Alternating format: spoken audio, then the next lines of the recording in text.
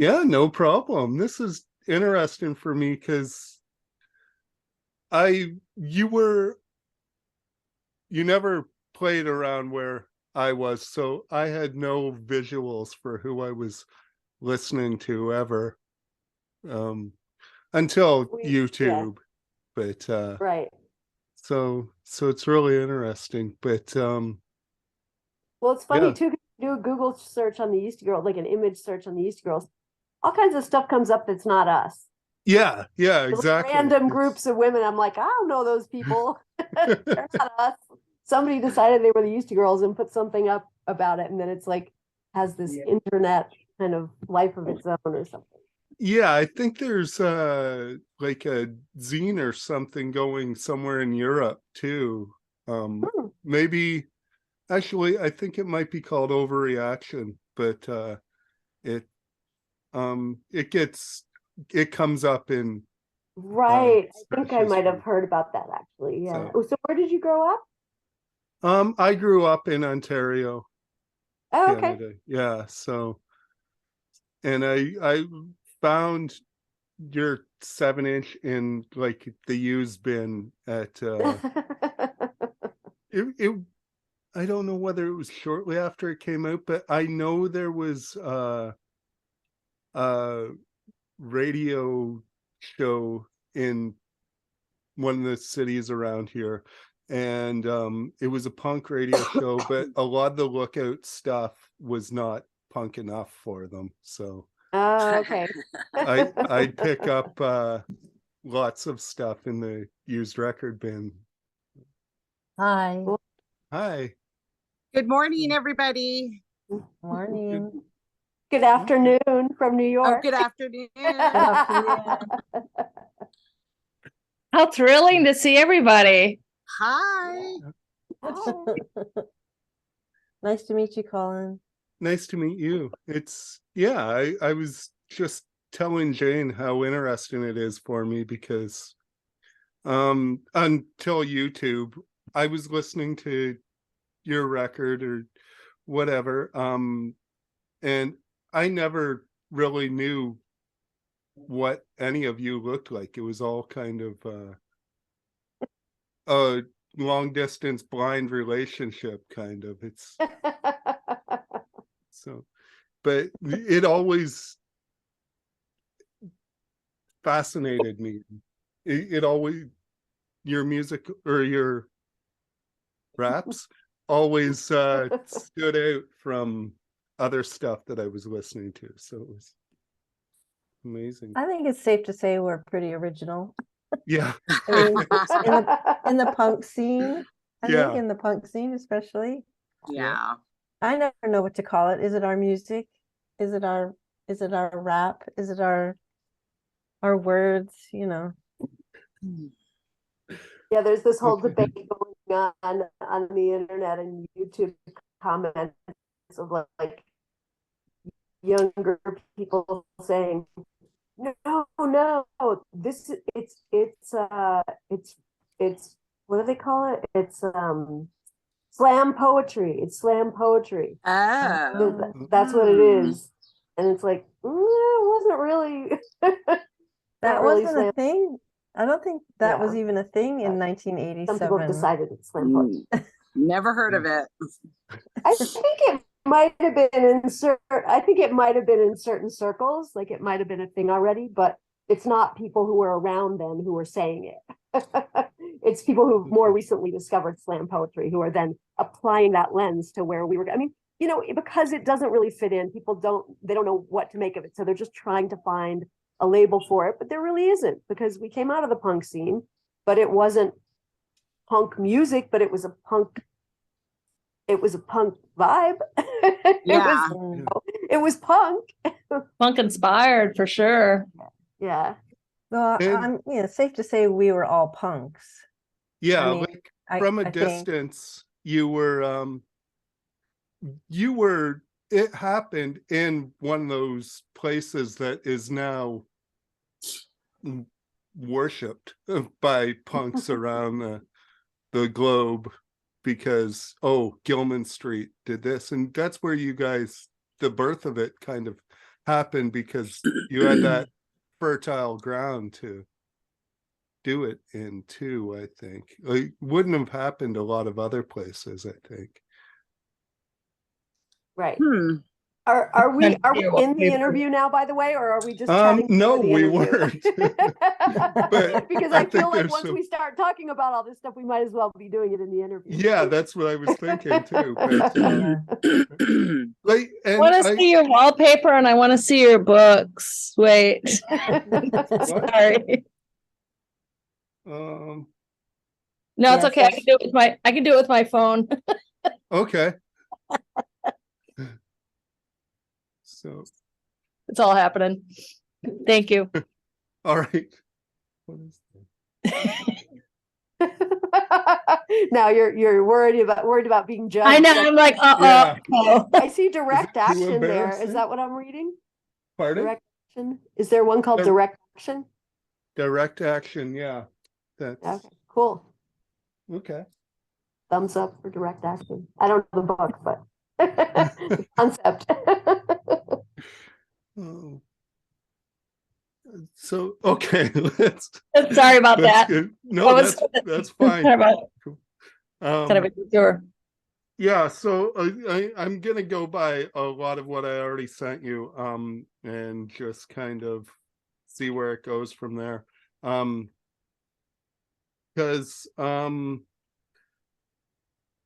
yeah, like I was already telling Jane, I found your record, the 7-inch in a record store near my little town, and I bought it just because of the Lookout logo and the Buzzcocks cover. But when I got it home, it was way different than anything else I had listened to, but it resonated with me because I love ideas in music, and that's all there was.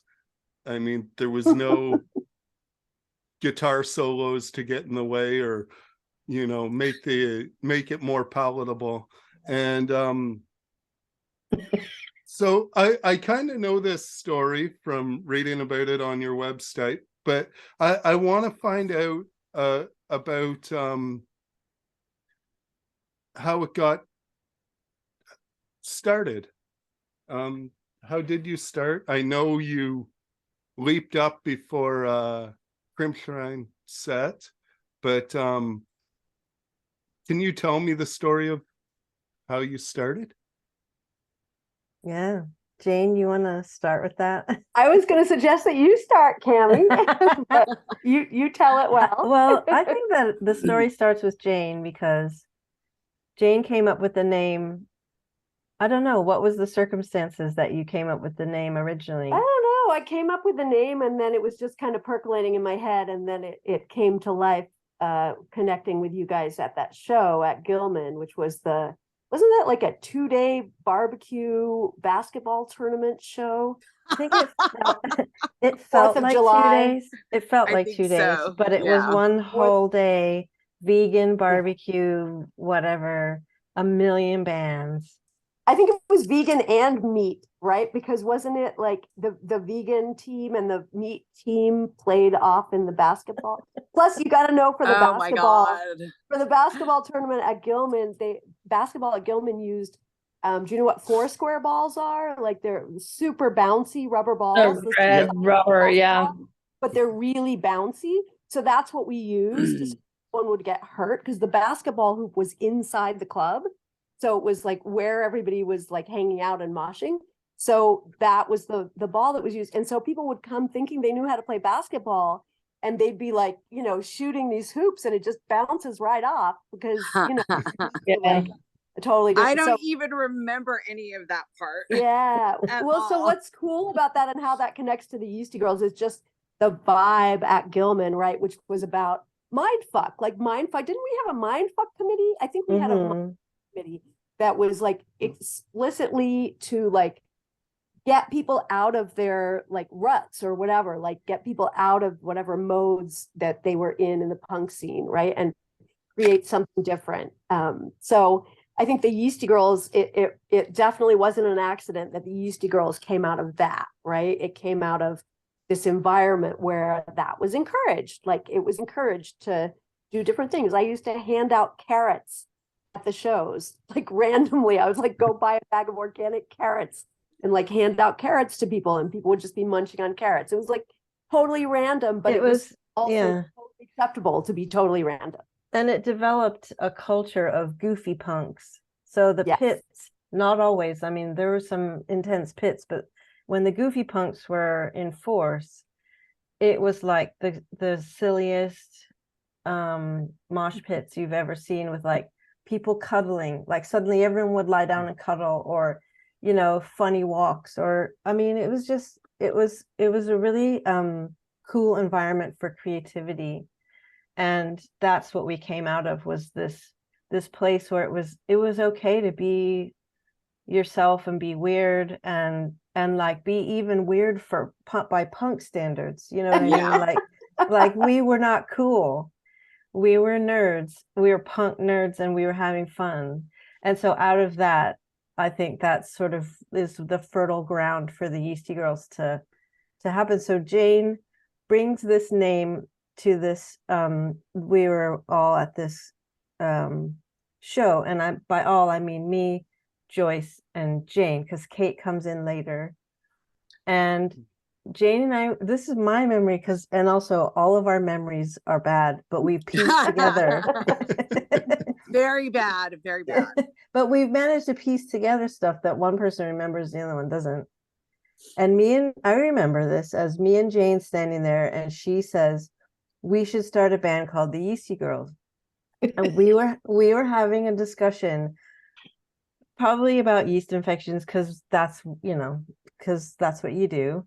And but also the Beastie Boys were suddenly just like so huge right then, and they were even being played at Gilman Street over the PA between bands and stuff, and their music was so misogynist. Like it was stuff about rape and stuff about, you know, girls to clean my bathroom, and like just it was gross, right? Mm-hmm. And yet, and also, even though our scene was so cool, it also wasn't very how do I say this? I mean, I never felt threatened by the friends and punks there. Sometimes the assholes that would come, you know, and be dicks in the mosh pit weren't necessarily from our Gilman scene, but there weren't very many women, and there certainly weren't very many women on stage. So it was kind of like you know, worshiping the boys with their guitars on stage. And I think maybe, and girls, you can correct me, but it seems like a lot of times the women stood in the back.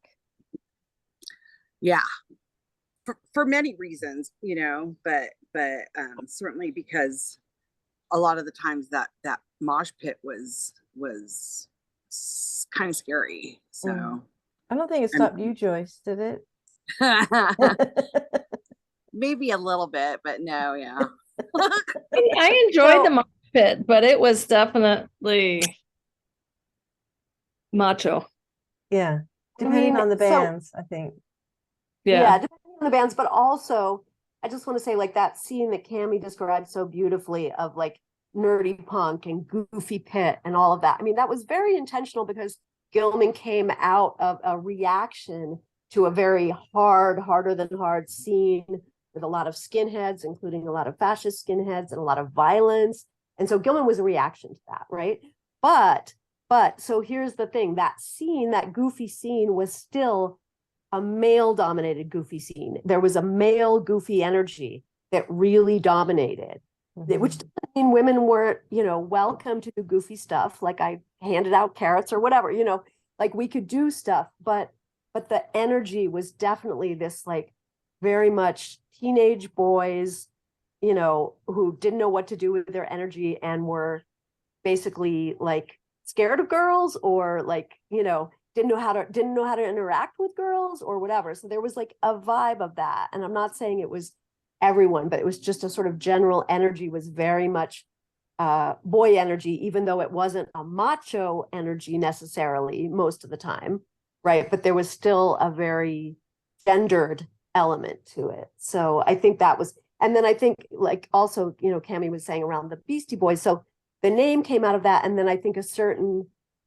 kind of flipping the script came out of that, of like, you know, this whole thing of like, okay, these like, well, the Beastie Boys also came out of a punk scene, right? So they came out of a punk scene and they did this like white boy rap thing, you know, where even though in a way they didn't take themselves seriously, but they obviously were taking themselves seriously because they took it to this whole other level and became really famous and really huge.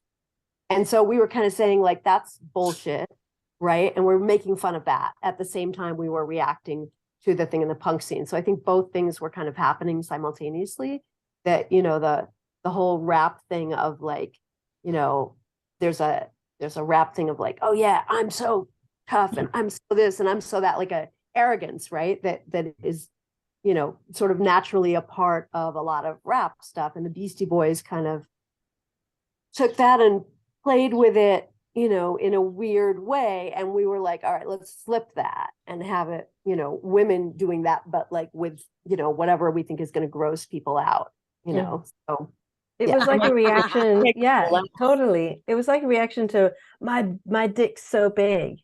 All of that stuff was so prevalent in the music then, maybe still now, but really prevalent then. And so we're like, okay, your dick's so big, my fucking ovaries will kick your ass, you know.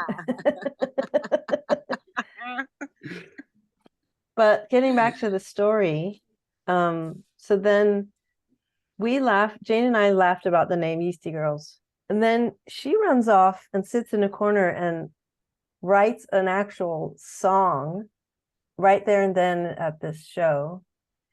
And then later, Jane and I, Joyce and I are standing around, and she comes up and goes, all right, you guys, I wrote this song. This is how I remember it. And let's get up on stage and sing it. And I remember being like, what? Oh my God. So we practiced it. Joyce, do you have any memory of this? Oh my moment? God. I do remember. I remember being terrified to get up on stage. I remember like just holding that piece of paper in my hand with the lyrics, pretty much just covering my face, you know, and reading off of it as we try to rap our new song that Jane wrote. And it was invigorating. It was that first time up there, you know, having the guys just like freak out, boo and hiss at you, you know, but we stood our ground and we did it. And, you know, I think that for the most part, it was really well received, you know. It was a lot of fun, but yeah, it was super scary. So that was my memory of just being terrified up there, you know. So yeah, and we have a video of it. And watching the video is just hilarious because we were obviously, terrified, but also it was Joyce, like what Joyce says, it was empowering and invigorating. Yeah. Because like finally we've taken the stage from the boys and they can't fucking handle it. Like this is actually more punk than the punkest guys up here. Totally. Because suddenly the men and I say men, I mean, were they men? They were like, you know, 15 years old or something. Some of them were men, but some of them were children, literally children. So. They, you know, to suddenly hit on this thing of like, shit, we've just found something that's more punk than all of y'all combined, and you can't handle it. So wow, we got to double down. It scared the shit out of them. Us talking about our pussies and our yeast infections was terrifying. So for those of you who couldn't see that, Joyce just put 2 middle fingers up.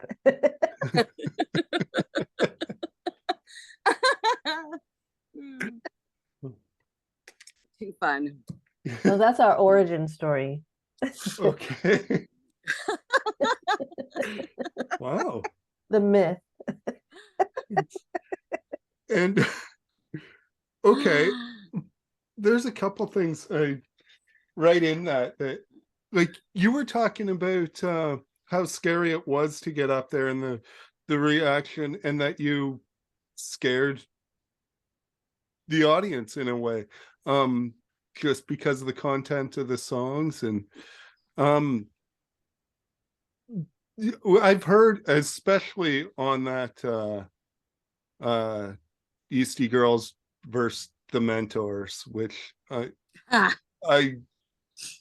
don't understand how they were playing there. I guess that's proof that it wasn't exactly what we thought it was from miles away, that they were even allowed to be playing there. I agree. So that was weird. Yeah, the reaction from that audience, you can hear it on that recording. I hear it now and I'm terrified for you. Because I know people like that. I mean, I'm not a perfect guy, but I hope to hell I was never like that. But I hear that, and yeah, was it scary at those moments, because you seem to keep going, and you stood your ground in these situations, which is fascinating. I didn't get to hear those concerts back when I was first listening to your record, but it gives me it renews my respect for you, hearing the way you handled those situations. I think this is a question. Yeah, we were tough as nails. That when I listen back, we were tough as nails that show. Yeah. There was also that Gigi Allen show. What? That was confusing that existed as well. At Gilman? Mm-hmm. I remember that. Yeah. Yeah. Oh. But I think there was something about the unity of it was always three of us or two of us, but there was a lot of strength in that. Absolutely. I was going to say that I felt like we, and not just between the three of us, but we had our, following, I guess, our friends and people that believed in us and what we were doing. And so you always kind of felt like, we had a community behind us. We had like our friends, so it wasn't just the three of us standing there, but it was the people that believed in us that were standing with us too. So, so to stand up against somebody like El Duce, El douchebag. Sorry. Joyce, we need to tell your story about what happened. I should put that on the website. I was going to bring it up. It was funny, so there, I felt personally, confident and safe.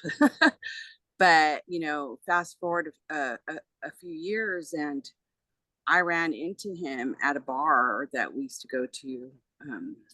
And he was a total drunk dick, and basically just hated me and threw a beer bottle at my face up and chipped my tooth. So after, it was pretty gnarly. But I mean, it just solidified what a complete and total, like, just terrorist he was, so I can't stand, I mean, he's gone now, but he's a piece of shit.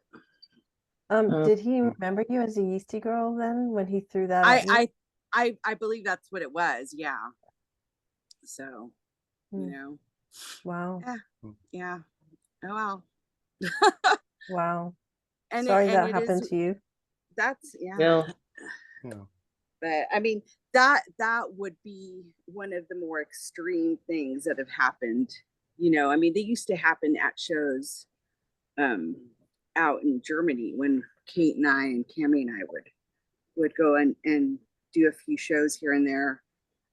There were some really aggressive punks that just didn't get it. And I think also the language barrier, but all they saw was just a couple of women telling them that, that they were pieces of shit and or to grab onto their vaginas. Yeah. And but also the freedom, the freedom that we were espousing, as it were, of being who we unfettered, who we were. Yeah. Because there was definitely the language barrier. But yeah, so anyway, I mean, there was several times where you had to defend yourself physically, from some of these guys. I think there was a lot of what I remember was being on stage and looking down and seeing young women or girls or female seeming characters that the look in their eyes, then you could tell they couldn't believe what we were doing. You couldn't believe what we were saying. And I had the feeling that they were never going to be the same again. And we had given them this thing that they could hold. Empowerment. Yeah. And that loop then was so strong that you're like, okay, maybe there's some unfortunate individual over here saying or doing this, but that was extraordinary. So I think especially You Suck, I think was really helpful and empowering. Like I hear stories from people now saying, oh my God, that song gave me license to, gave me the strength to turn around to my sexual partner and go, okay, hang on a sec. I've been sucking your dick all this time. Now it's your turn to go down on me. And like, that was radical. That was, and maybe even it's still radical. So, well, there's Probably. a lot more women singing stuff like that now. So we were definitely groundbreakers in that regard, I think. Okay. 100%. I missed all of the shows like you're describing with the aggression, but just in terms of what you just said, Cammie, I think also just it's hard.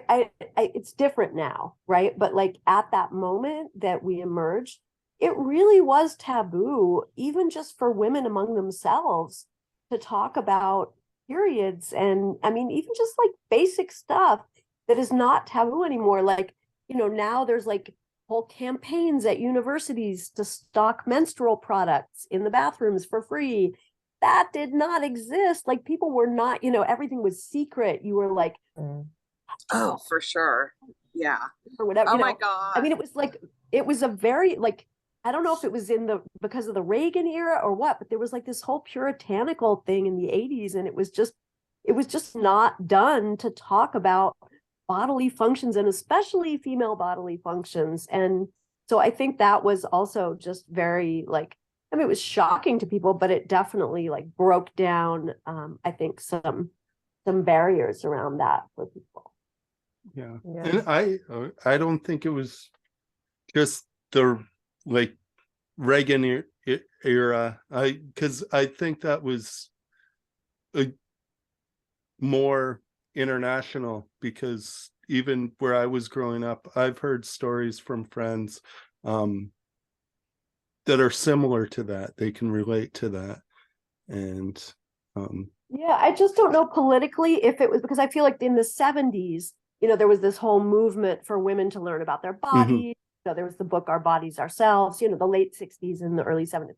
Like there was a movement, and then the late 70s, the feminine, like there was a lot going on around that. But I feel like it clamped down in the early 80s at some point.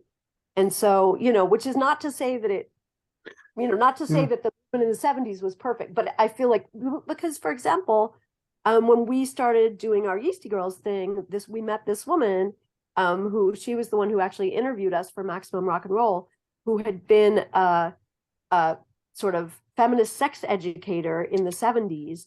going around to schools wearing a giant vagina vulva costume, right? And teaching kids like where all the parts were. Like that would not have happened in the 80s. And she wasn't doing it in the 80s. She had done it in the 70s. And now her vagina costume was unused. So she gave it to us. And Joyce wore it on stage and we did a whole thing around it. But like, you know, I feel like there was a sort, you know, things, I think sometimes people think that, you know, political movements, it's all just like this sort of progressive trajectory. And it comes in waves, you know, and I think it there really was does. a movement in the 70s. And then there was a kind of puritanical clamp down in the 80s, whether it had to do with Reagan or not, I don't know. Maybe Reagan was a product of that puritanical clamp down. I don't know. But, you know, I think that the 80s was like a particular time for that. Yeah. And I'll kind of walk back part of what I said there, because a lot of what happens like with your politics does splash over and affect our politics here. So it wasn't exactly sorry about Reagan wasn't. Yeah, exactly. Whether it's north or south, it's yeah, it's well, we had well, I was just going to talk about the Alex Bennett thing for a sec, about how we couldn't say Tampax, and then it went to finger. We couldn't say finger because that was, and he was scared about his ratings. He was scared that the sponsors would stop supporting. We did this radio show, like it was like very popular. I don't know if it was AM radio, but no, it was an FM rock station, I think. And he had the morning talk show. Alex Bennett. But he also he wanted to have us on. He had 4 non-blondes on that day as well, I think. So he tried to be progressive and yet he was terrified, and he kept hitting the button to, you know, erase things that we had just said, and finger, because it was a verb, was one of them. And of course we were like vaguely clueless. We were like, really? You can't say, you know, really? And he's like mad hitting the button. Yeah, can't say like, tampon. It was like tampon could be, you know, a product for sale, but it couldn't be something that Cammie was using as a tambone. I mean, it was all, we were so thoroughly confused by this that we just kept saying it. I go, like, really? You can't say it? Okay. So that was like a commercial radio station you were on? Yeah. Okay. I thought it was like a, you know, a college radio station interview when I heard it. That puts that in a new light. Yeah, maybe I should put that on the website. Yeah. Wow. Do it, Cammie. Alex Bennett. Oh yeah. Okay.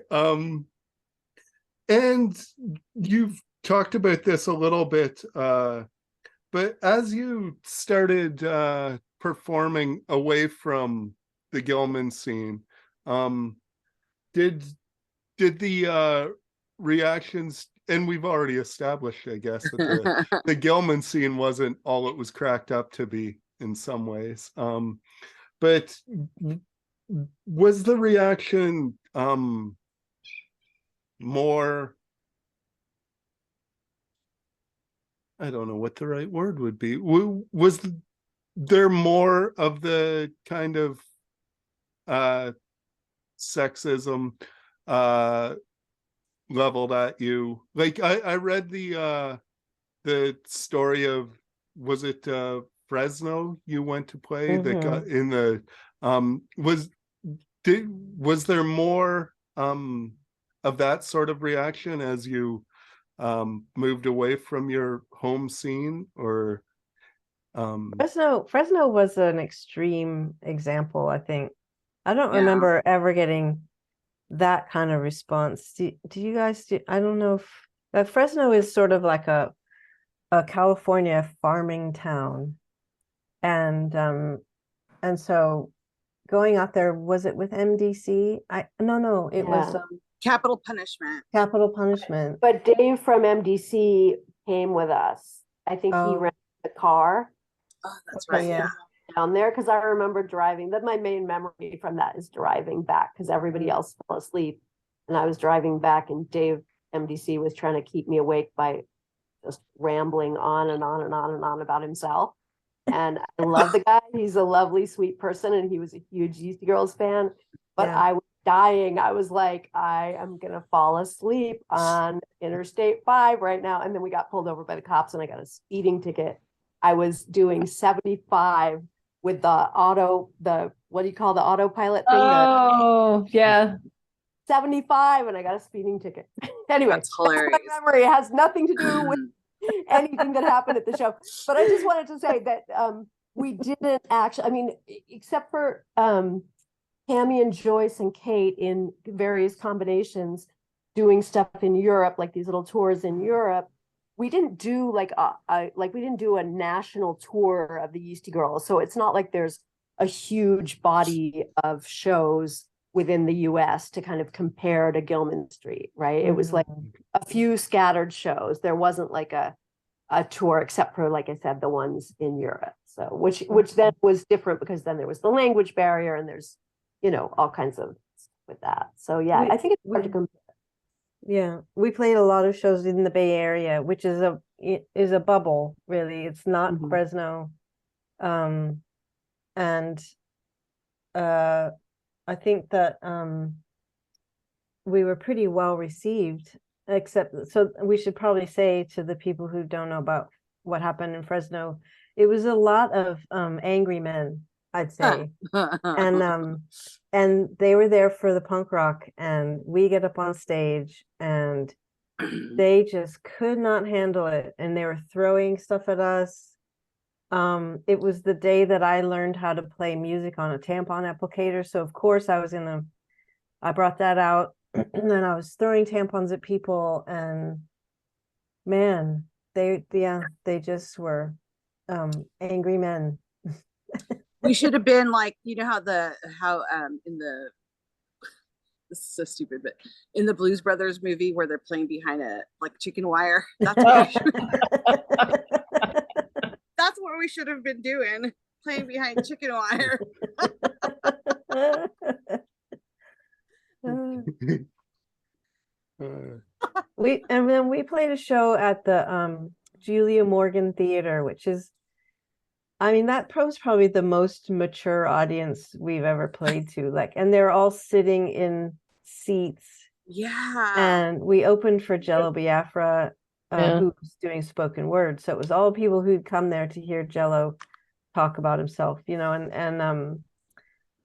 and that was like the most well-behaved show probably ever. It was the polite claps. or the So how did they get here? Bravo. Yeah, because that's another side. There's not always, I don't listen to all your live stuff and go, wow, that was terrifying. Sometimes the interaction with the audience is amazing. Like I read that you said it was kind of like a comment. One of you said it was kind of like doing comedy, and that sort of interaction, as opposed to the, you know, almost violent reaction that you sometimes got. There's also a lot of camaraderie with you and the audience. Oh, for sure. So, and especially at Gilman, but I mean, yeah, in other places as well. But yeah, I mean, so my favorite example of that, what you're talking about, the interaction, is on the demo tape, which is where we did this breakdown version of the original Yeastie Girlz rap, where we kept interrupting each other and stopping. And like, you know, when we say, we put things in your, you know, so we'd say, oh, you know, we don't say thank you, and we don't say please. And then Joyce would be like, wait, I do say please, you know. So we were like doing this whole, like, that was kind of like a comedy routine, although we didn't think of it that way when we were doing it. It was just anything to do. But then when we got to the part where we put things in our vaginas that you wouldn't believe, and we were like, oh, well, that's true. And then somehow we started getting people to just shout out from the audience, things that they put in their vaginas. We added, Oh my or God, that was your so asshole, funny. right? And so then all kinds of people shouting out things that they put in their vaginas and assholes. If anybody had stopped for a second to think, do I really want everyone, 200 plus people in this room, to know what I'm putting in my vagina when I masturbate, they would have been like, no way, no, I don't want that. But it was like this energy in the moment that we just, and it wasn't planned. It wasn't like we didn't think like this is what's going to happen. It was just like, it just happened in the moment and everybody's shouting stuff out. Todd from Bitch Fight is like drumsticks, and Cammie's like, oh, Todd from Bitch Fight, drumsticks, and you can hear it all on the tape. It's pretty amazing to me. That was definitely I think a highlight of what the Yeastie Girlz was capable of. Mm-hmm. And then on the total other, go ahead. Sorry, I was just gonna say, also, No. everybody wasn't standing there with their cell phone recording everything. So there was a freedom to be yourself and to be authentic and to not overthink, triple think, quadruple think, oh my God, oh my God, oh my God, what will the future say of this? We were very much in the moment, and it was hilarious. Mm-hmm. It was also, and I think, go ahead. No, go ahead. Oh, that was it. No, I just love what you said about the cell phones, because not only, like, the point you're making is nobody had to worry about this is going to be posted later and people are going to see it, but also, there's a way in which the cell phone really acts as a barrier between the person observing and, so it's an observation. You're observing. You're not participating when you're filming. Yeah. Just the action of putting your phone up like that, all of a sudden you're observing, not participating. And it's just a very different mode. And a lot of times you go to shows now and it's like everybody's there with their phone. And they're not participating in the same way. So I think that's a really great point, Kate. Yeah. I mean, sometimes people were sitting there with a little handheld recording device, but that's very different than the phone. Mm-hmm. Yeah. And the way that the phones, like Jane said, when people were yelling out what they put in their vaginas or assholes, they were worried about, or weren't worried about, the 200 people in the room. But when you add in the phones, it can become thousands or millions. Of people that you have to worry about knowing what you put in your vagina or asshole. And that was a freedom we had then that we didn't even know that we weren't always going to have. Yep. Mm-hmm. And then on the total opposite spectrum of Yeastie Girlz, like audience interaction, we had the incident where we did the rubber ducky thing where Joyce sang the rubber ducky song, and Cammie and I were pretending to hump actual little rubber duckies on stage, and when we finished that, there was absolute silence. Like, nobody knew what to think about that. It was just like, what just happened? My God. I think everyone was absolutely paralyzed. we pushed a new boundary that day, didn't we? Poor rubber duckies. I think, Jane, your performance of that was very realistic, and I think people were standing there going, "Did she just come?" No, I did not. But yes, that's what I heard later, was people were a little confused by that. Like, no, it's a performance. So we were fully clothed also, by the way. We did not remove any clothing. I think it was also the juxtaposition of something very childhood related. I know, right? That freaked people out. Yeah. Right? Which is, it wasn't about, but it was the farthest thing from anything predatory, right? There was nothing predatory. There's nothing predatory about kids exploring their sexuality, on their own. And, there's like nothing weird or predatory about that, but people get freaked out, 100%. Oh my God. We had some big ovaries. I'll just say we were pretty brave. Definitely. The audacity. Uh-huh. Yeah, and I think that perform. I don't remember which one was which. I know that those two that we just described were at Gilman, but also at Gilman, I don't know which one of these it was where we did that. We created the whole doorway where we took these pieces of foam and covered them in pink fabric and like fake fur, and so we made it so you had to push your way through basically a vulva to get into Gilman Street. So that was, we actually brought like a tactile arts component to our performance for that show, and that was fun too. Yeah. Okay. All right. Yeah, so Colin, Yeah. are you rethinking why you're talking to us now? You okay yeah, over there, Colin? I'm looking at some of my notes, and but what I felt from thousands of miles away about what was going on in your scene, and by the time it was hitting me in Southern Ontario, and there was bands like you or Pansy Division, and they were giving a message. You were giving a message that was totally outside of the usual rock and roll message that we were getting, especially, as you've said, the male dominated rock and roll message. And I mean, it was an interesting thing for me. I was a young male, and I had all the usual young male thoughts going on in my head, but it was a good balance. You mean you were horny? Yeah. I mean, yeah, it's normal.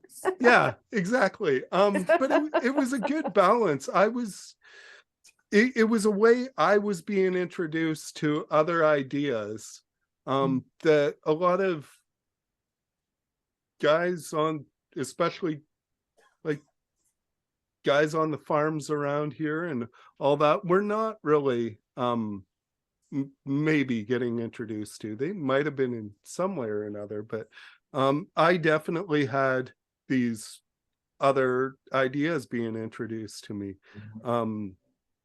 And I can't exactly describe it, but I feel that even now, I use, when I think I might be being kind of a dick or something, your lyrics, or like Pansy Division's lyrics, are kind of rattling around in my head still, and I use those to kind of check myself and hopefully not be a chauvinist asshole. Oh, wow. What can I ask what lyrics those are? Like that, like in particular, what songs it influenced you? Almost everything on the 7-inch. Like I mean, an easy one is "You Suck," just making sure that I try to be considerate of my partner's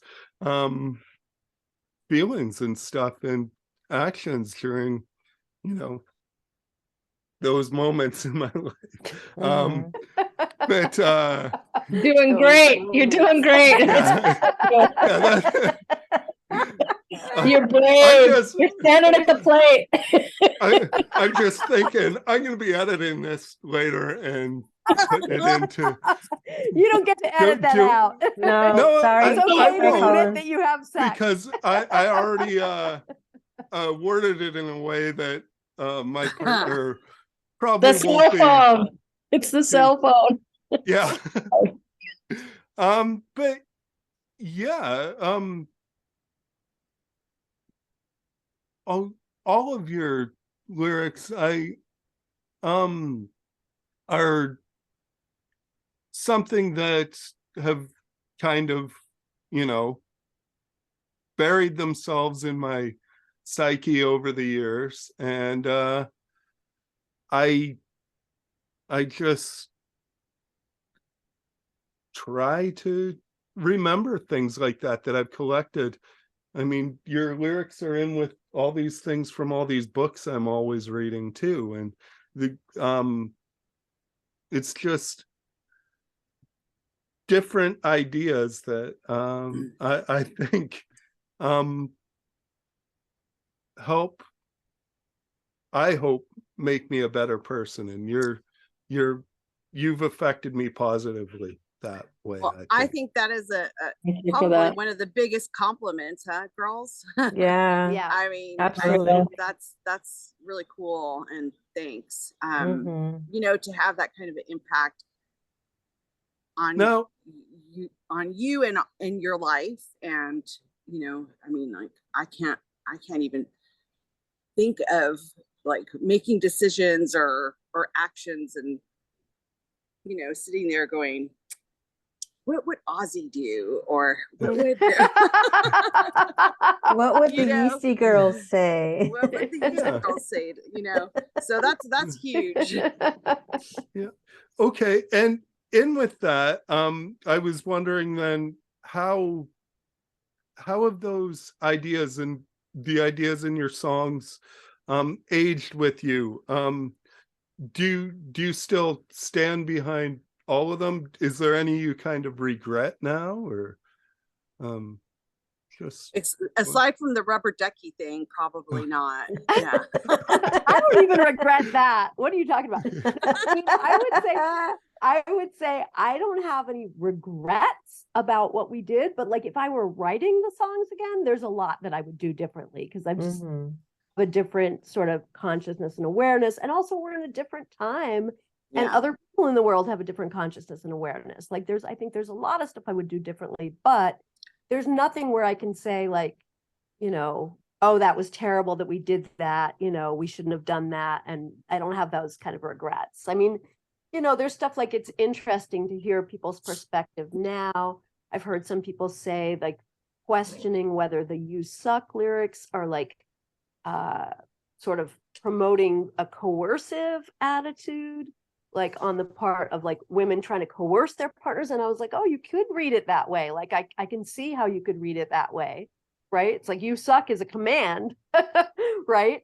But I mean, obviously it was done tongue in cheek, but it wouldn't be funny if the roles were flipped, and it was like a guy saying "suck my dick," right? Like Mhm. it was. So I mean, Yeah.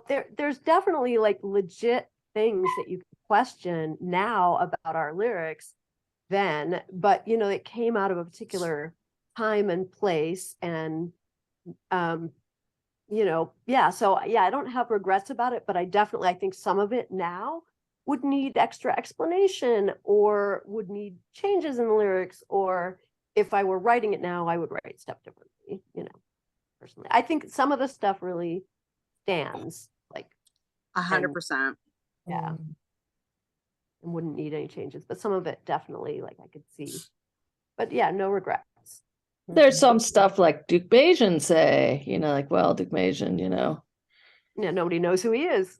We're Yeah. more famous than Duke Majan. Nobody Yeah. remembers Duke Majan. More people know about the Yeastie Girlz.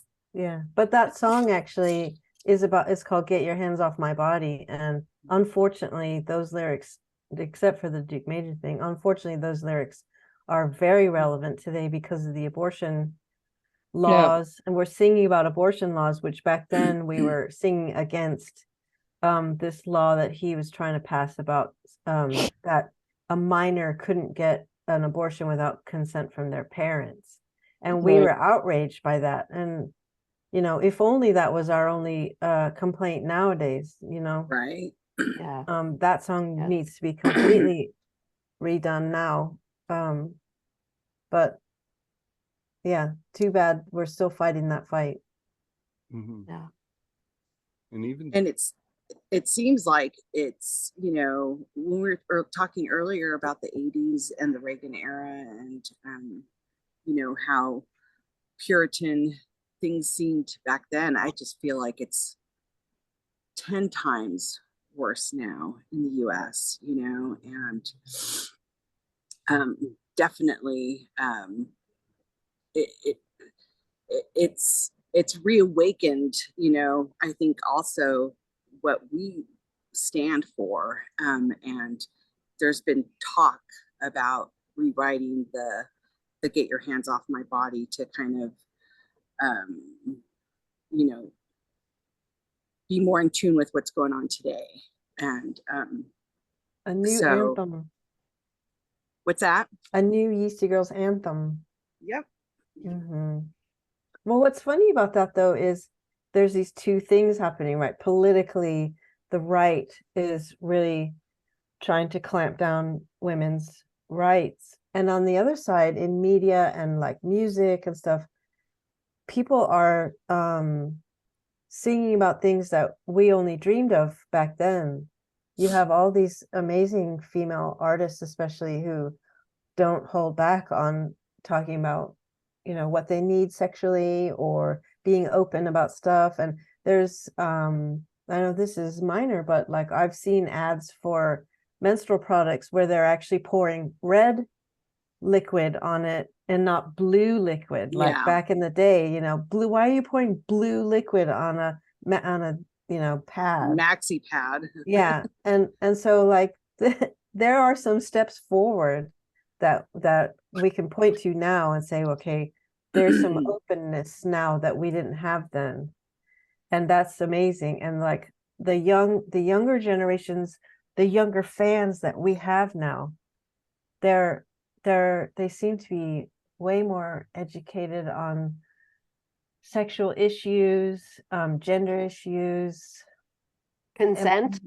consent, menstrual, yeast, like everything is Non-binary, everything. yeah, everything out in Right. the open now that we were trying to, you know, trying to pry open all of those issues, and so now that door is open. And so there's these two things going on where yeah, yes, things are worse if you look at the politics and what they're trying to do, but also how exciting for, you know, this younger generation now that they have this ability to just be open and not afraid.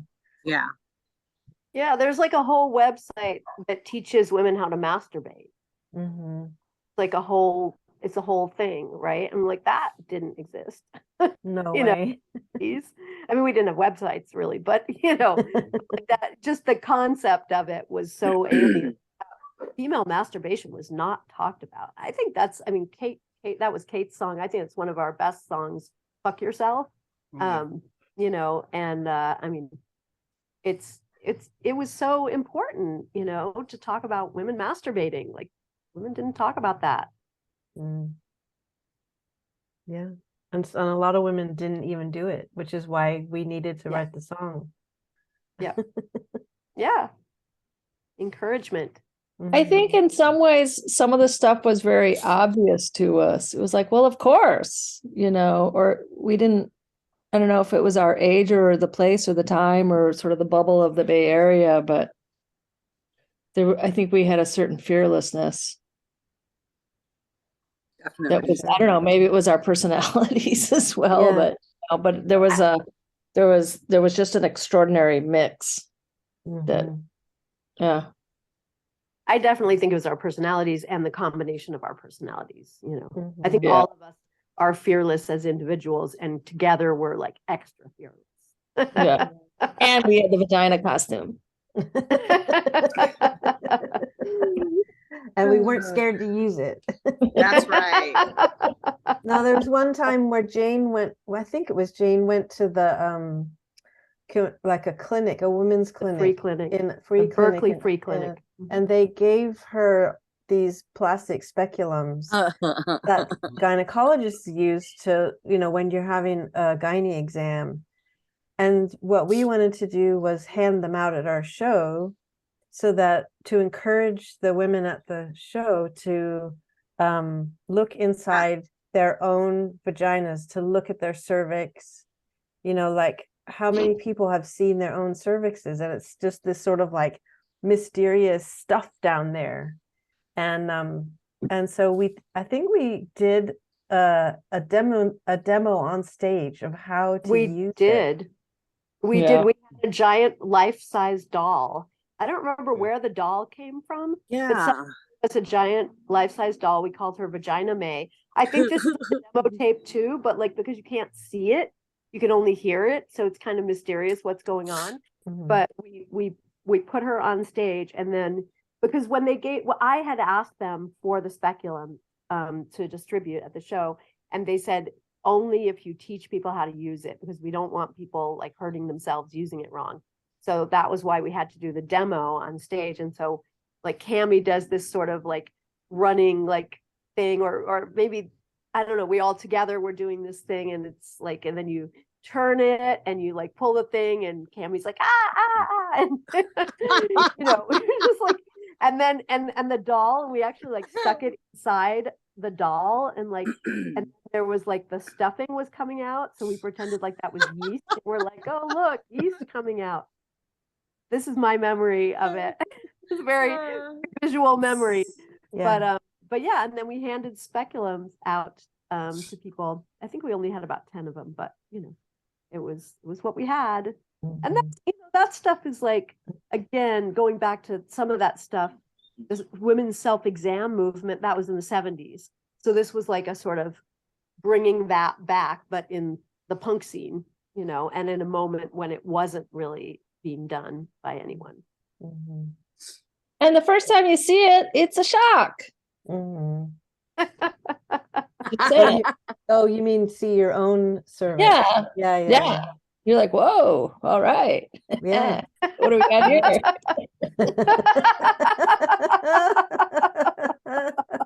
Oh my What do we do with God. this? You all right, Colin? Yeah, I'm good.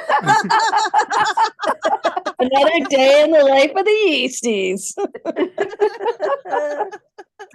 Yeah, I think, as reactionary as we were, there was, or whatever it is we were, there was a lot of joy, there was a lot of fun, and Oh yeah. there was a laugh, because why not, honestly? And also, if you can get people to laugh, they're more likely to listen to what you have to say. Mhm. Because you don't want to be making enemies with people if you're really trying to, impart some of this, or just be so antagonistic. At least that's my opinion. Yeah, because we were educational as much as we were funny. And Right. somebody said once, you're like an after school special, but but X-rated, whatever. but naughtier. Which Yeah, again naughty. is sort of a product of its time, it's a different, it's pre-internet, pre-phones, so you've got to put it in context, Mhm. politically, socially, everything. Okay. So a lot of people who I talk to who do know who you are, know you from the consolidated You Suck. And how did that happen? I'm just curious for those people. That was after the Yeastie Girlz basically sort of disbanded. We sort of dissolved and went into our different lives. But Kate and I were still in San Francisco. And I think they approached Kate, or I can't remember how they found us, but they were doing a new record and asked if we wanted to collaborate on a song, and gave us a cassette tape with a bunch of beats on it, saying, what do you think? And at the time, Joyce I can't remember now, Joyce, where you were, but you were either in In LA or Amsterdam. Amsterdam. And Jane, were you in New York at the time, or? I was in New York, yeah, and I remember that I think they just opened, my memory, because there was some communication back and forth, was that they had said they had left it up to you to decide which song to collaborate on. They Right. didn't choose the song. Right. And so that's like I mean, I was like, well, I haven't been part of this band for a few years now, so I shouldn't really even give an opinion, right? But like in retrospect, I was like, I wish we'd done Fuck Yourself, because I feel like that message was even stronger, like, and more, I don't know. But so that's my only regret, is that I didn't say, you know what, I think Fuck Yourself would have been an even better song to do for that. But yeah, so they let you choose, and then you chose, I don't know, do you remember why you chose You Suck? I think it was, I think You Suck and Put a Lid on It, I think were both kind of written at the same time, as I recall, and they were kind of newish songs, and I think we were pretty excited about them.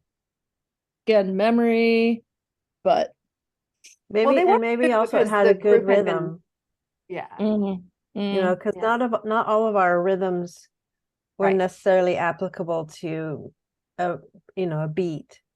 drum machine. Drum machine. I don't remember how we came up with that, but things are still sort of gray, the memories of those things. But we did, and we ended up asking our friend Wendy O'Maddock, who was a spoken word performer and poet, and just an amazing woman, really incredible woman. We just ended up asking her if she wanted to join us on the recording, and it all came together. We went in the studio. I don't even remember practicing. We must have, though.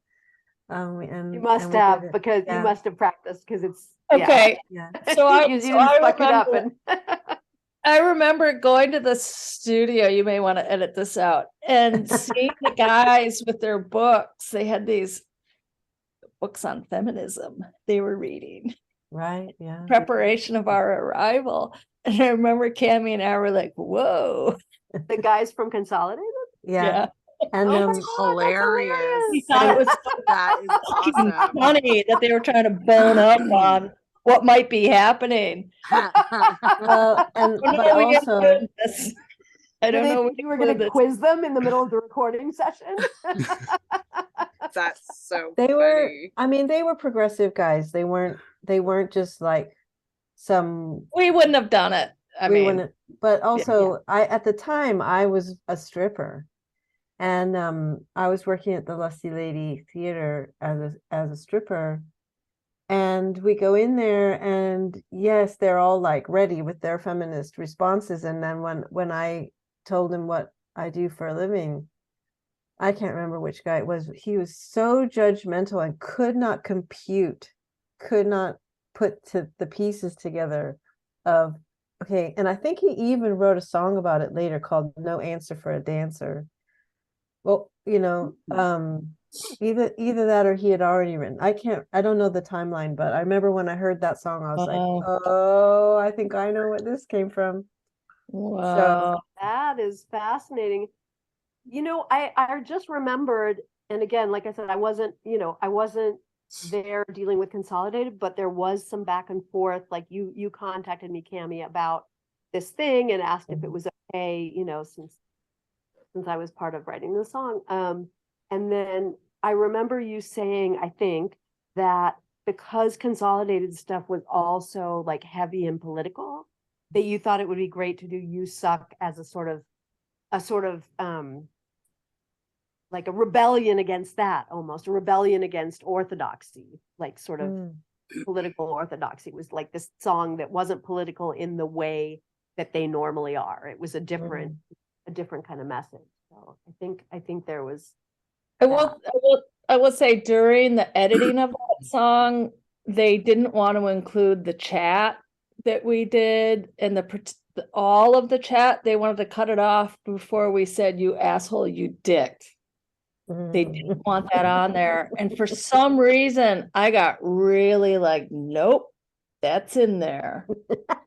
And it was a funny thing. And I was like, look, this is us too. I mean, it's not I probably shouldn't be talking about all this, but this is not your thing. Like, this is a collaboration. I just remember being really determined that that was included in the recording. Speaking of the consolidated thing. Okay. Determined. So, yeah, and okay, you already said that that was kind of post Yeastie Girlz, like you had already essentially broken up. And Well, actually, just to say, and this is an aside, but it's an interesting thing because we did this thing for a while. And I mean, I joined because Jane was going off. We'd met at the bookstore, and I was so inspired by what was happening. And I was like, oh, well, the band shouldn't break up, kind of thing. And then the band had this arc. And then at one point we were starting to get some attentions from some bigger, I don't know, like this guy, Rick Rubin, who knew who he was, and this thing called Def Jam. We're like, whatever they are, but we all had our lives that we wanted to pursue. Right. And we were like, nah, I don't think we want to do that. I don't think we want to like jump on that train. And so the consolidated thing was kind of an interesting, like, okay, well, this seems kind of interesting. And we did it. And it was a little complex in reality, but anyways, I just throw that in there because it's like, I'm hesitant to say that we ever really broke up or I was just going to say the same thing. Yeah. We sort of dissolved and then came back together and dissolved and came back together. I mean, it was very fluid, wasn't it? Because it was always different combinations and the going on tour in Europe, because Joyce had moved to Amsterdam. That was very just kind of like, oh no, okay, let's do it. Sure. Love Slug. Why not? It was very much.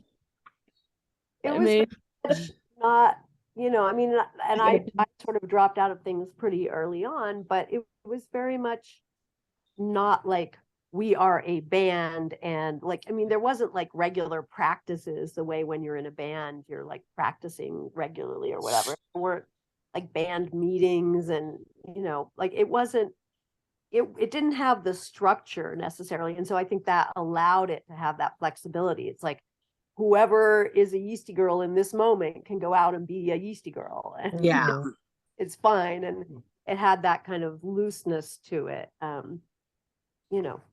Because I mean, like, look at the way it started. Like, you don't start a regular band like that. Like just, oh, here, I wrote a song, get up on stage and do it, like So I think it was almost more of a concept than a project. And I've found myself doing some impromptu Yeastie Girlz performances recently on a dare, like in a pub in England, just like, okay, I'll get up and I'll do Yeast Power and see what happens at this open mic poetry thing. And that was actually really, really amazing because I was there with some friends who didn't know that I was a Yeastie Girl. Like there was it never came up, right? Whatever.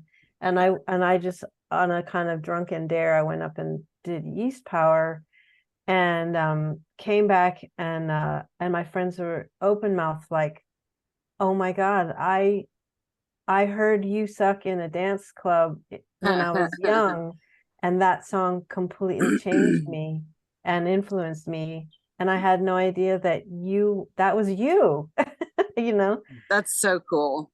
Yeah. It was a really amazing moment to actually, when you put music out in the world, it's like,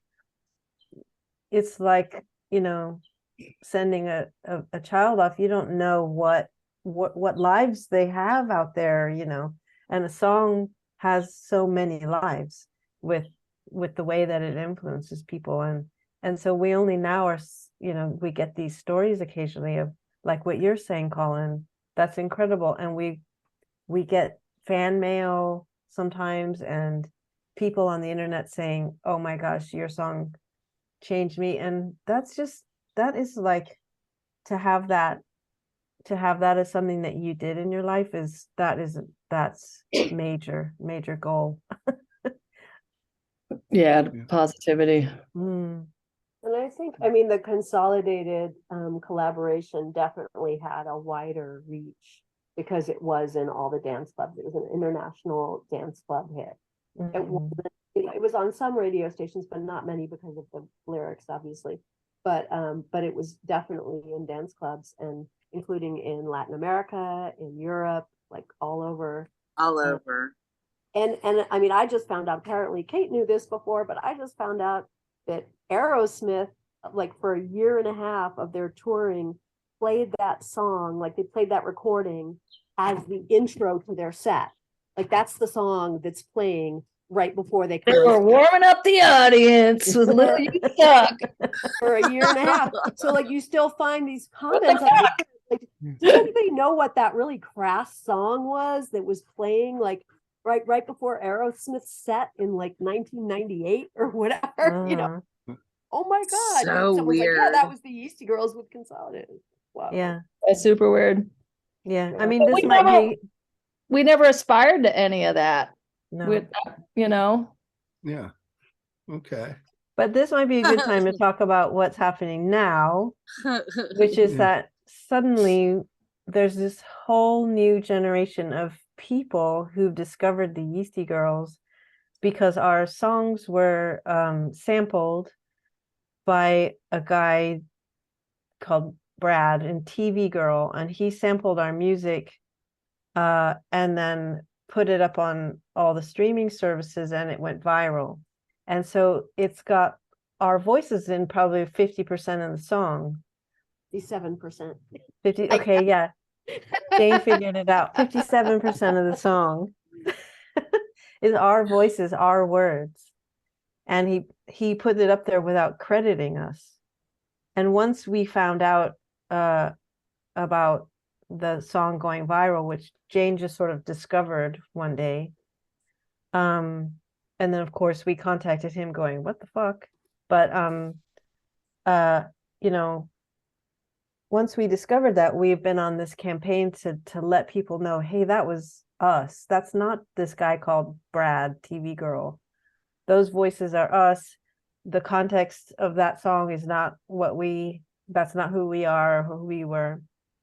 And so we've been like trying to, learning how to use TikTok and trying to talk to these 15-year-olds who love us and who have no idea who we are. So like getting on Instagram and talking about who we are and putting up our music. And I just finished building this huge website with all of our archives so people can listen and watch and, buy a t-shirt or like look at all the art and the fan mail and all that stuff is on there. So we're in a new phase of the Yeastie Girl awesomeness right now.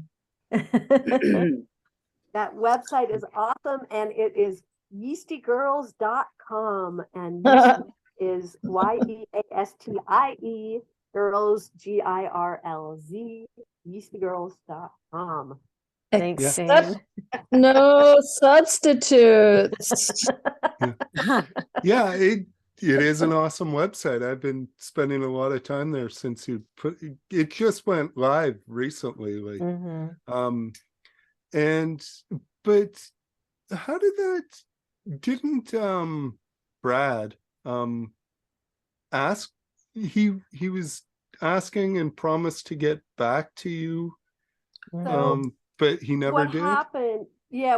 What happened is he did actually credit us on the song. So he said used on the Bandcamp. This was how I found it through Who Sampled, that website Who Sampled, which tells you where things have been sampled. So I was just doing a random Google search on Yeastie Girlz, and that came up, and I was like, oh. And then I found the song, and then I saw on his Bandcamp that he said used with permission of the girls. And then I think I first found it before it went really viral, but then when it went viral and I realized like that it was a big deal. And then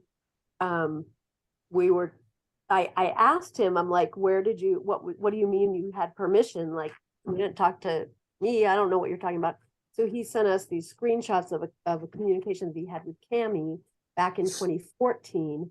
But the screenshots he sent us of the conversation was him asking for permission to sample one song. He ended up sampling 4 songs. And he said it'll be a free download on our website and we're not going to make any money. So that was the condition under which Cammie had given him this permission, was also not to be used in a, go ahead. Misogynistic, right. I was just going to add that. Thank you. And that Cammie was like, as long as it's not misogynistic. But, but in terms of like the legal rights, the fact that he sampled 4 songs when he only asked to sample 1, and the fact that he said that it wasn't going to make any money. And then he didn't come back to us when it went viral and say, you know what, I said it wasn't going to make any money. It's turned out that it's making money. Let's renegotiate. He did not come back to us. And when we went to him, then he was like, oh yeah, I know I should give your girls some money, what about $4,000? And we hadn't even asked for money at that point. And he was just like pulling $4,000 out. We're like, what's going on? I don't know. This is weird. Like, we don't know anything about TikTok, or, we're like in our 50s and 60s or whatever. We're just like, what? And thankfully Kate's 16-year-old daughter was a fan of the band. And so Kate was like, her friend actually, and they were like, hey mom, there's this song, I think that's you guys on that. And pay attention, because I think it's actually kind of a big deal. Yeah. So then when he offered us the $4,000, Kate went and talked to her daughter and the friend, and they were like, no, 4,000 is not it. No. Like, pay attention. Yeah. So then we got a hold of a lawyer through somebody I knew from high school, and and ended up negotiating, owning 50% of the song, of his song that uses 57% of us. Past, present, future. Past, present, future, including control. So he can't license the song for anything without our permission. So it's kind of a whole new generation of the Yeastie Girlz, actually, also of, again, educating yourself, standing up for yourself, participating in media that you have to educate yourself about. Yeah, it was a steep learning curve. And I have to say, like, I think for us, it was really about, like, we never set out to make money off the Yeastie Girlz. That was just never something that didn't even occur to us, right? And who's that guy? Right. And then, like, it was more about, like, this dude is making money off us, right? Somebody else is profiting off us and, like, cutting us out of it. And, like, that, and the fact that he's a dude, and, like, we're not really into the vibe of his music. It's like got a weird, like, I don't know if it's outright misogyny. Less than more on this. It's not the Yeastie Girlz vibe. It's not like something that we would be like, oh my God, that's cool. Right. We're not into it. And so, like, it's a surprise. But we needed to fight back, we needed to be like, no, you don't get to. And there was definitely a vibe of like, oh, they're just like these girls, from the 80s who don't know anything, and, like, they're never gonna care if I just go ahead and do this thing. And I'm obviously, I don't know that's what was really going on in his head, but, like, that's how it felt to us, right? Like, we're getting taken advantage of, and we are not to be messed with. These girls are not to be messed with. We're not gonna sit like, oh yeah, oops, wow, no, that's not us. But on the flip side, right? On the flip side, we have, because of all of this, obviously rekindled this whole thing here, which has been absolutely amazing. And also getting to reach a larger audience because of it, and have this new generation of, Yeastie Girl fans now, and having them reach out and, do their TikTok videos, quoting our lyrics. It's pretty funny, it's kind of cool. So in that respect, even though it kind of derived from this not so cool situation, it did turn out to be I think a really positive thing that ended up happening. So. Yeah, because now we're all in contact with each other all the time. We have these girls chat and we're like, hey, you guys, check this out. And we had a reunion where we got together and hung out and just like we've had 2 reunions. Yeah, true. Yeah. Because we all live in different parts of the country. So, it's pretty amazing to hang out, and we all love each other. And I mean, we've always loved each other, but like we didn't have constant contact like we do now. And it's such it's a gift. It is. And how 35 years later, I mean, these friendships have stood the test of time. Definitely. We all I think we've all just really appreciated being able to rekindle this and talk about possibly, doing new stuff. So I was in San Francisco a month ago, and Kate and I sat down with some old lyrics of a song that never really came to anything, and we started trying to rewrite it to be relevant for today. And luckily, I didn't give her the COVID that I had and didn't know I had. Well, I came down with it, and we couldn't finish the song. What we discovered is you don't have to have an old rhyming dictionary anymore. You can just use your phone. What rhymes with rectum? Oh, yeah. Thank you, Google. It rhymes with uterus. Yeah, rhyming uterus was that was Anyway, so and that stuff's happening, and we're making t-shirts, and there's a movie coming out, and there's the female punk protagonist is wearing a Yeastie Girlz t-shirt in the film, and it's not our movie. It's no, not our film. A movie that is being made in which a character wears a Yeastie. Yeah, and she beats up Nazi punks, which is I don't think we're allowed to say that. Oh. Well, we didn't say the name of the film. So. No, we didn't say the name of the film. Go out and see all films until you find the one where or even better, follow us on Instagram, and when it comes out, we will talk about it. Good idea. Okay, so since dissolving the band one of the times, you've done a lot of stuff outside of the Yeastie Girlz, each of you. Do you want to talk about the other things that you've been doing with your lives? Is there anything you want to plug about? Sure. Maybe a book or or a bunch of books. Or a bunch of books. Yeah. There you go. Kate? Well, I'm a bookseller in San Francisco for the last 40 years. 40 years. Almost 40 years.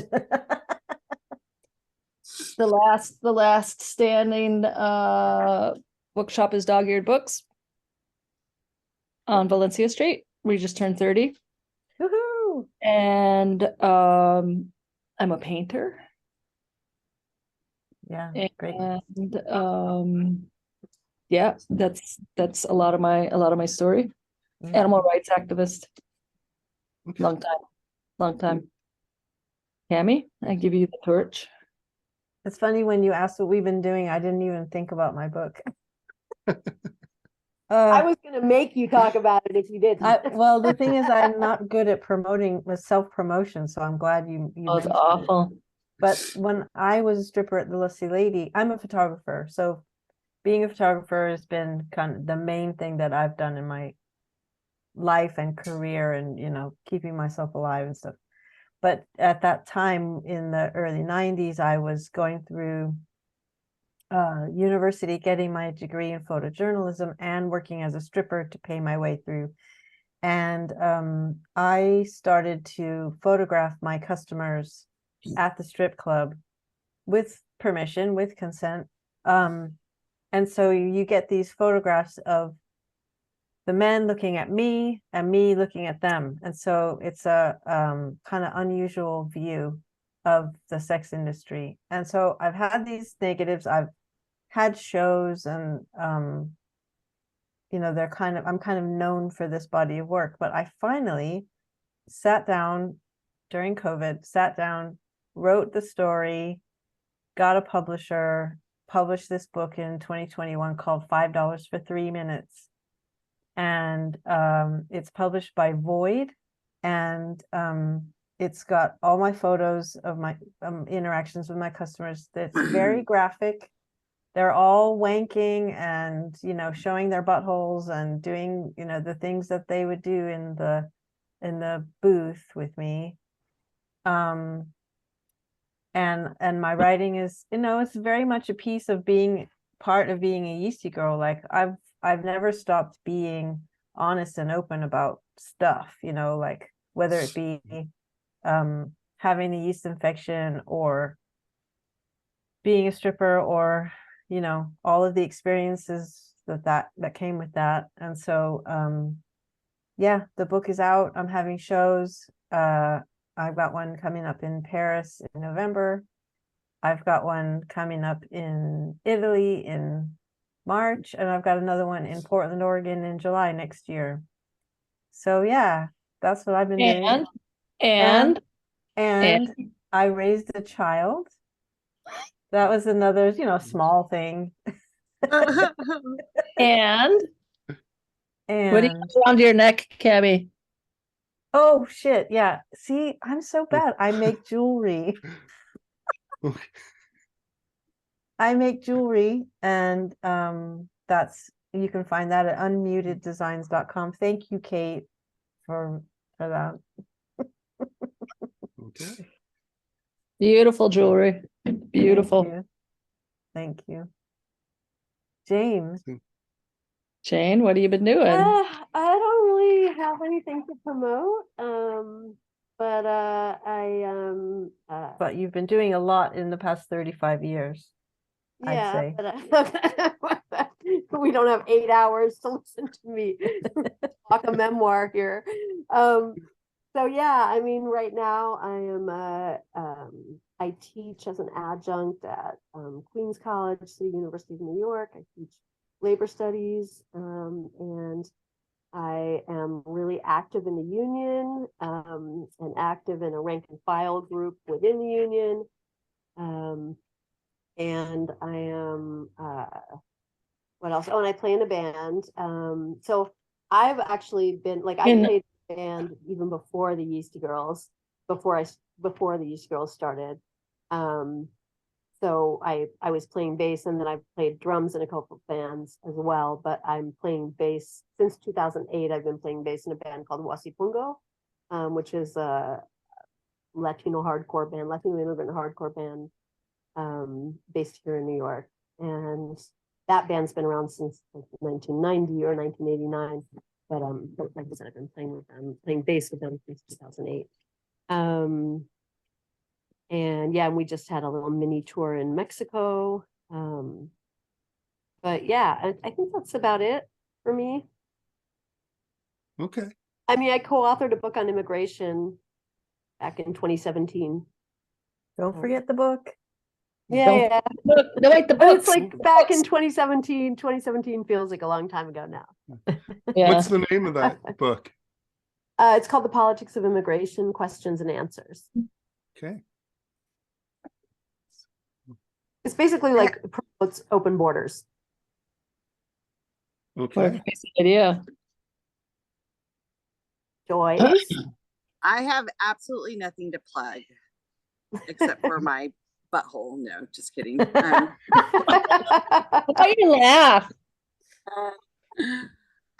God, I don't even know where to start, but I've taken a quieter I've taken a quieter, probably more soft-spoken approach to my yeastiness, I guess. Everything that I do is more towards taking care of my immediate surroundings. So right now I'm taking care of my very aging mother, who's having some health issues, and just kind of keeping a low profile, being at home, working my job as a salesperson, and staying home with my family. So that's very, That's very important. it's very important to me and Mhm. and to them. So it's very boring, but I've got my outlet with the Yeastie Girlz here, so I get to get a little crazy with them sometimes. Okay. And you said there might be some new activity happening, maybe new songs, maybe not, but maybe. No, you never know. No promises, but Yeah. I don't know. Kate and I were feeling pretty good about this song that we were putting together. So you never know.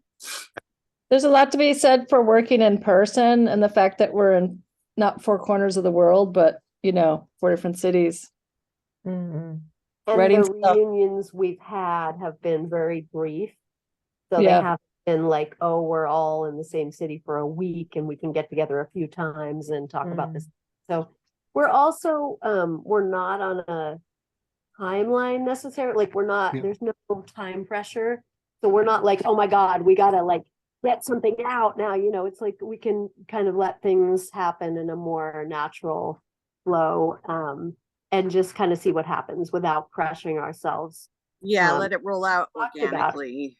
organically. Exactly. Yeah.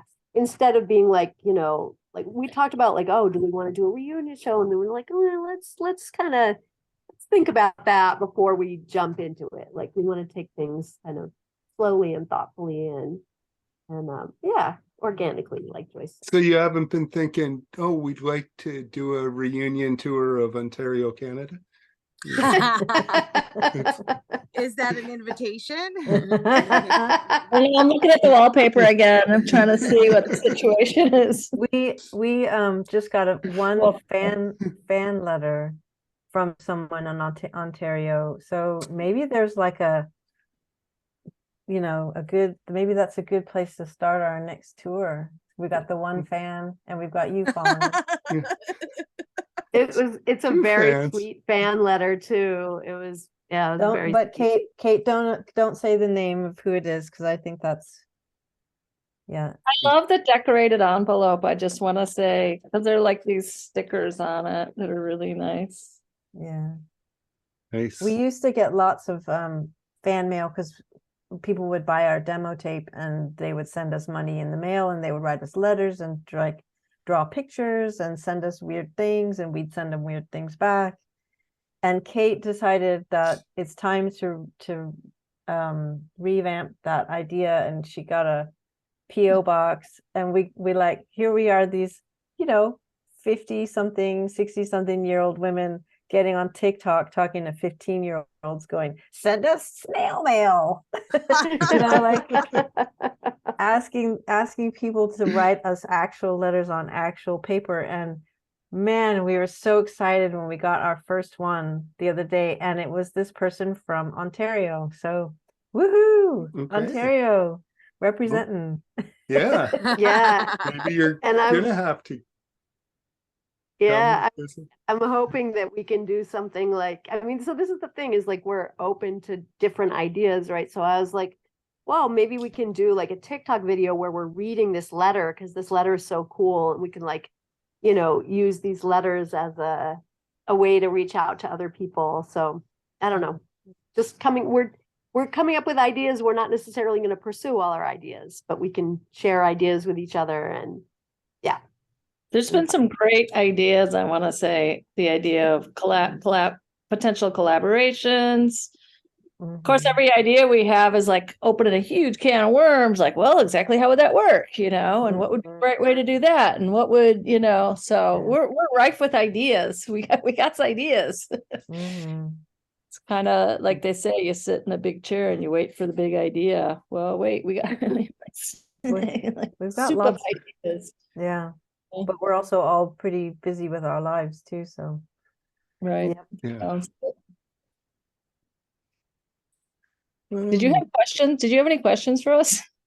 I pretty much threw most of them because yeah, you guys. I'm fucking around. I mean, we're like, no, something Was there else. something specific you'd like to talk to about? Oh my God. So funny. Yeah, we don't need a lot of prodding to start talking. He's like, well, then they. Oh my God. Yeah, I'm just looking to see if there's, because you just in talking, you hit on most of the points that I wanted to hit, and I'm just seeing if there's anything that got missed. I But feel like we've covered most of the bases. Yeah. So is there anything else you want to say to people? Do you want to get that PO box in here verbally, as well as I'll put it in the description? But Yeah, Kate, can you read out the PO box? Yeastie Girlz at PO Box 40788, San Francisco, California 94140. USA. One more time, Kate. Okay, Yeastie Girlz, that's with a Z. PO Box 40788, San Francisco, California 94140, USA. Woo! okay. Thanks, Colin. Yeah, Yeah, this thanks, has been Colin. awesome for me. It's been great. And for us too. It's been fun It's for been us fun. too. Thank you, Colin. It was really fun. Yeah, and I mean our live shows that are on the website, and I think on Bandcamp, so most of them as well. I think you can pull from our live shows as well. Okay. Yeah, I was thinking I would, just to give some examples in that conversation about what it was like. Like the mentors, that mentors show. Yeah. We're like, get the fuck off the stage.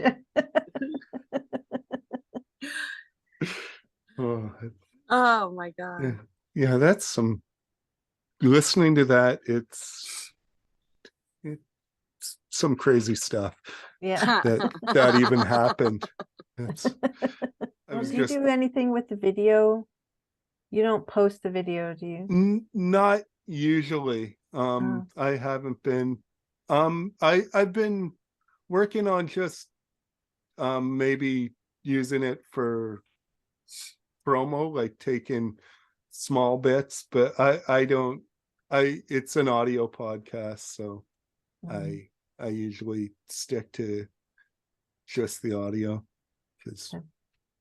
Are we okay if he wants to use little clips from the video for promo? Because the only thing that I would do was when Kate holds up that envelope, we don't want that anywhere because the person's address was on there, the return address. Yeah. We got to make sure that doesn't get out anywhere. But other than that, like, I can't even read it from here. Yeah, well, I'm just saying, Okay. we don't want to take chances with anybody's life. Yeah, no, for real. So, yeah. I'm okay with it. I'm all right. Okay. Yeah. Well, all right. Thanks. Thanks. Thank you, Colin. Thank you. Yeah. Thank you. all of you. That was awesome. Thanks a lot. Thank you. Thanks, Colin. Thank you. Okay. Bye. was fun. Bye. Bye. Bye, everybody. Adios. Bye, Joyce. Cause I really don't believe that you got a headache. You tell me it's gross to check my yeast infection. How do you think I feel when I get